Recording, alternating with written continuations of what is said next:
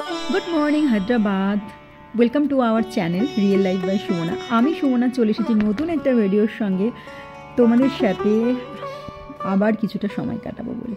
তো চলো ভিডিওটা দেখতে থাকো আর সঙ্গে থাকো। আর আজকে আমি যাচ্ছি সকালবেলায় মন্দিরে। আজ ছিল সানডে, তো সানডের দিনটা আমরা কোনোভাবেই মিস করি না। সকালবেলা উঠে তাড়াতাড়ি করে রেডি হয়ে মন্দিরে যাওয়ারই চেষ্টা করি। তবে কিছু সানডে আমার একটু শরীরটা খারাপ থাকার কারণে আমি যেতে পারছিলাম না। সব দিক থেকেই একদম ছিলাম, একটু মাইন্ডটাও ডিস্টার্ব ছিল, তো সেই কারণে কোনো কিছু ভালো লাগছিল না, তো মন্দিরে যেতে চাইছিলাম না।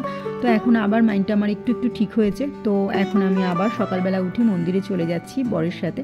তো এখানে ওভারব্রিজের ওপর থেকে দেখতে না এত সুন্দর লাগছিল, তো সেটাই তোমাদের সাথে শেয়ার করলাম। তো চলো আমরা যাচ্ছি বিড়লা মন্দির। তো বিড়লা মন্দির ঘোরা হয়ে গেলে তারপর তোমাদের সাথে আবার কথা বলবো। যদিও মন্দিরের ভিডিও আমি কোনো কিছু শেয়ার করব না তোমাদের সাথে, কারণ এর আগে অনেকবার শেয়ার করা হয়েছে আর ভেতরে তো ভিডিও করতে দেয় না, জানো। কোনো এক সময় ফোন নিয়ে ঢুকতে দেয় অবশ্যই। আমরা একবার 1 জানুয়ারিতে গেছিলাম, তখন কিন্তু ফোন নিয়ে ভেতরে ঢুকতে দিয়েছিল, তবে একদম ঠাকুরের কাছে নিয়ে কিন্তু ফটো তোলা যাচ্ছিল না অবশ্যই। তো সাইড থেকে গিয়ে ভিডিও করা যাচ্ছিল। তো এই হচ্ছে ব্যাপার। তো চলো ভিডিওটা দেখতে থাকো আর সঙ্গে থাকো। এই যে দেখতে পাচ্ছ এই পাঁচিলটা, এটা কিন্তু ট্যাঙ্ক বন্ডের নিচের রাস্তাটা, আর এর ওপরেই কিন্তু ট্যাঙ্ক বন্ড, আর যে পাশের যে পার্কগুলো করা রয়েছে রাস্তার সাইডে, তো সেটাই। এখানে আমরা বেশিরভাগ দিনই এই রাস্তা দিয়ে যেয়ে থাকি, কারণ মন্দিরে যেতে গেলে, আমাদের গোশালায় যেতে গেলে এই রাস্তাটা ইউজ করতে হয়। আর দেয়ালে দেখতে পাচ্ছ যে কাজগুলো আমার ভীষণ সুন্দর লাগে, যেন চেয়ে থাকতে ইচ্ছে করে। ফোনেতে যতটা না সুন্দর লাগে, খালি চোখে বেশি সুন্দর লাগে। তো চলে এসেছিলাম আমরা গোশালাতে। তো এখানে দেখতে পাচ্ছ মেশিন রয়েছে, ঘাসও এখানে কেটে ওরা দিয়ে দেয়। তো আমরা ঘাসটা খুব একটা খাওয়াই না, কারণ ঘাস তো সবাই খাওয়ায়, তো সে কারণে আমরা একটু ফ্রুটস নিয়ে আসতেই পছন্দ করি, নয়তো গাজর শশা একসঙ্গে, নয়তো কলা। আর গরুরা না কলাটা খেতে ভীষণ ভালোবাসে। কলা, রুটি, সব থেকে প্রিয় খাবার রুটিটা ভীষণ সুন্দরভাবে খায়। ওদেরকে খাওয়ালে দেখবে প্রত্যেকটা গরু কিন্তু খায়। আর এই গরুটা ছিল অসুস্থ বলতে প্রেগনেন্ট ছিল গরুটা। তো মেয়ে ওকে খাওয়াতে গেলাম, খাবে না, মনে হয় অসুস্থ, কারণ চোখ দিয়ে জল বেরোচ্ছে, মনে হয় কোনো কষ্ট হচ্ছে ওর, তো সেই জন্য। তো এটা দেখতে পাচ্ছ আমি কলা নিয়ে নিয়েছি। গামলাটা কিন্তু নোংরা না, এটা পিচ কিংবা কোনো কালার লাগানো না।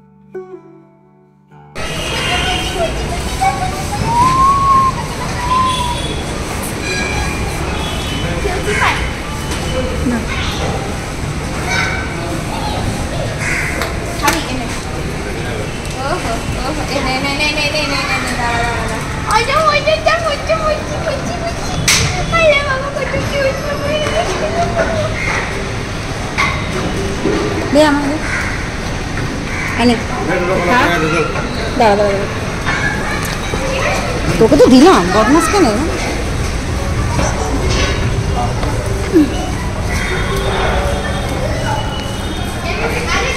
সবাই ফিরে আসছে।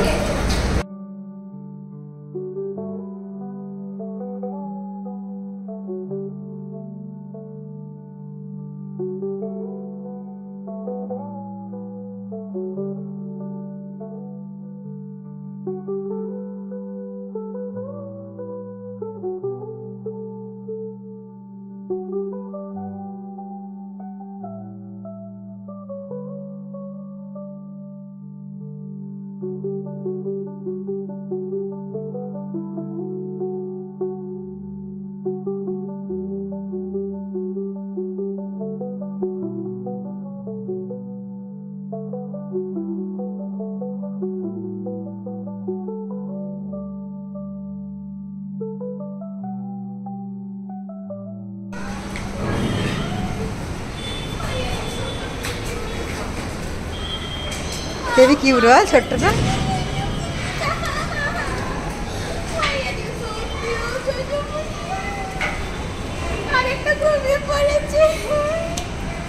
কাকা এদিকে।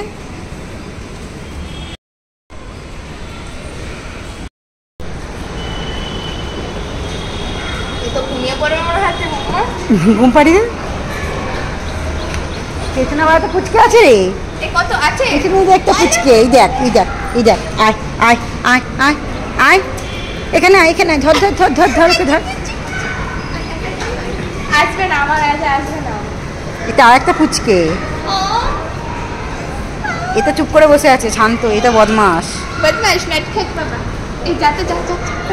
আরে আয় না, চলো চলো টাটা।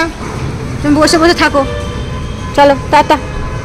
কি গো, টাটা টাটা, হ্যাঁ টাটা, বাই, চলে যাচ্ছি, টাটা। চলে যাচ্ছি বাবা, চলে যাচ্ছি। আমার দাঁতটা দেখিয়েছে, উরি রাম। আয়া বুঝি বুঝি।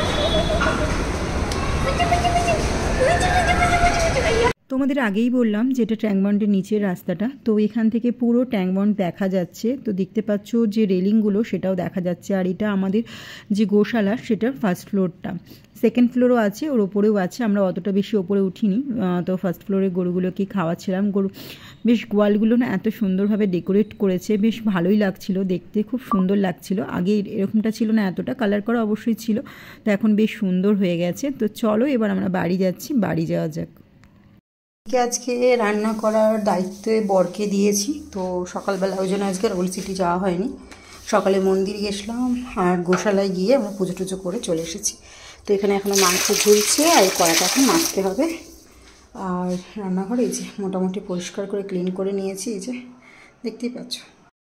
আর রান্নাঘর এখন দেখতে পাচ্ছ মোটামুটি ক্লিন রয়েছে। রান্নাঘরটা একটু ডেকোরেট করার আছে, কিন্তু এত পরিমাণে বৃষ্টির জন্য এই যে অবস্থা দেখতে পাচ্ছ, এই অবস্থা। তো এখানটা মানে আর কি চেঞ্জ করবো, এখানে রান্না করা যাচ্ছে না, তো সেই জন্য আর কি এখন আমি এরকমভাবে রেখে দিয়েছি।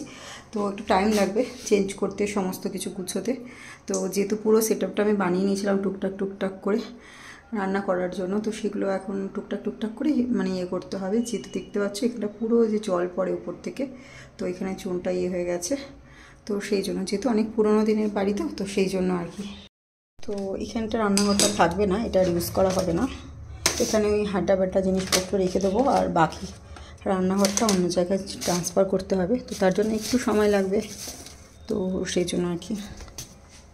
তো এখানে আমি এই যে রসুন নিয়ে নিলাম, মাংস করব, তো সেই জন্য আর কি ছাড়াতে হবে। আর যেহেতু চিকেন এনেছে, তো সেহেতু ছোটো ছোটো আলু নিচ্ছি। তো সমস্ত কিছু বার করে নিলে একটাই সুবিধা হয় যে সুন্দর করে একদম গুছিয়ে একদম হিসাব করে কাটা যায়। তো এই যে এই আলুটা দেব, বাবা আলুর ডিজাইন দেখো। আর এখানে রসুন বার করে নিয়েছি, আর আদা এখানে বার করে নেব।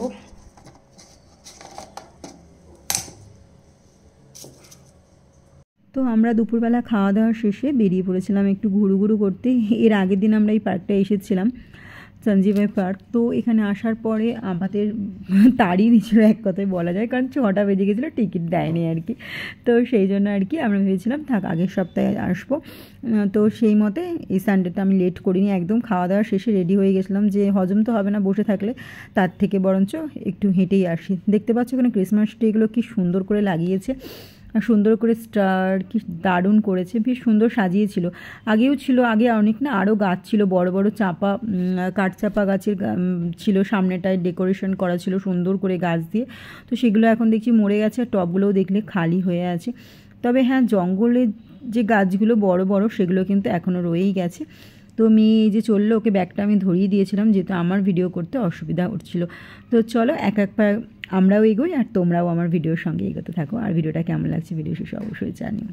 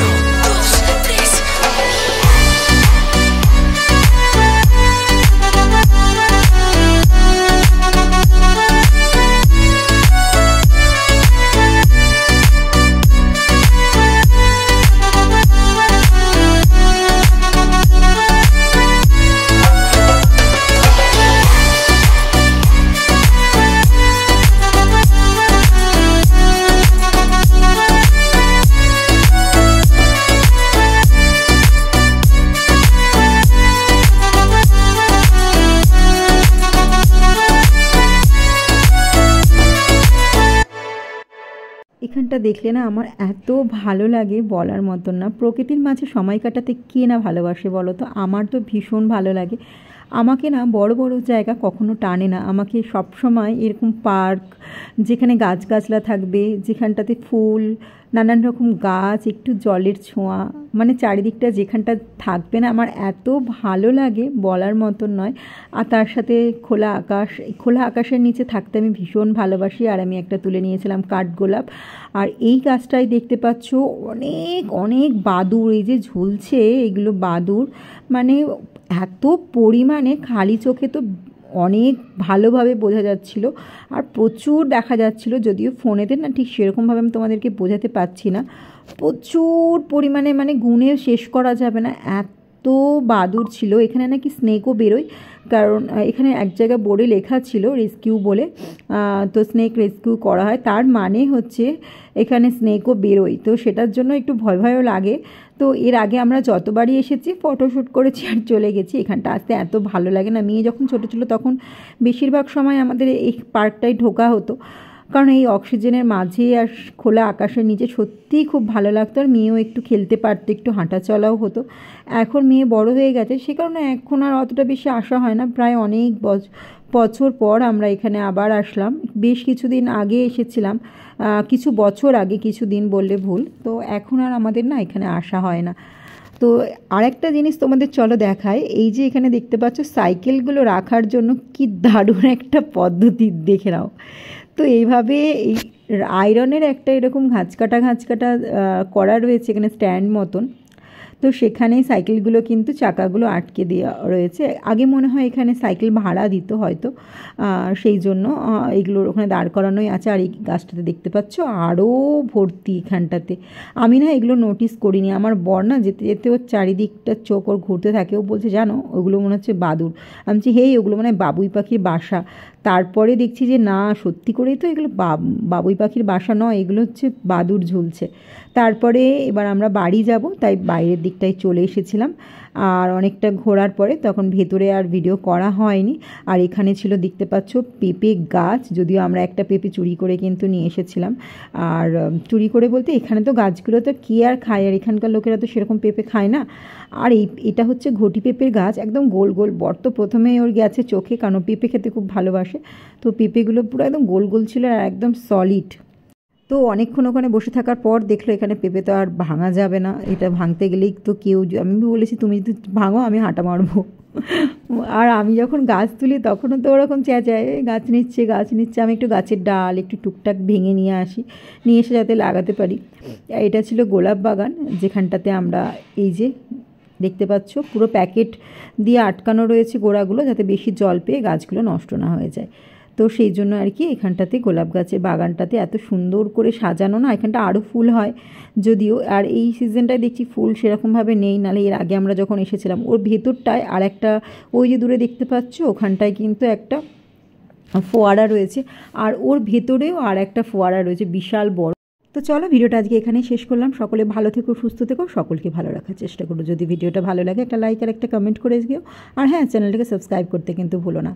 দেখা হচ্ছে আবার একটা নতুন ভিডিওর সঙ্গে অন্য আরেকদিন। তো চলো আজকের মতো টাটা।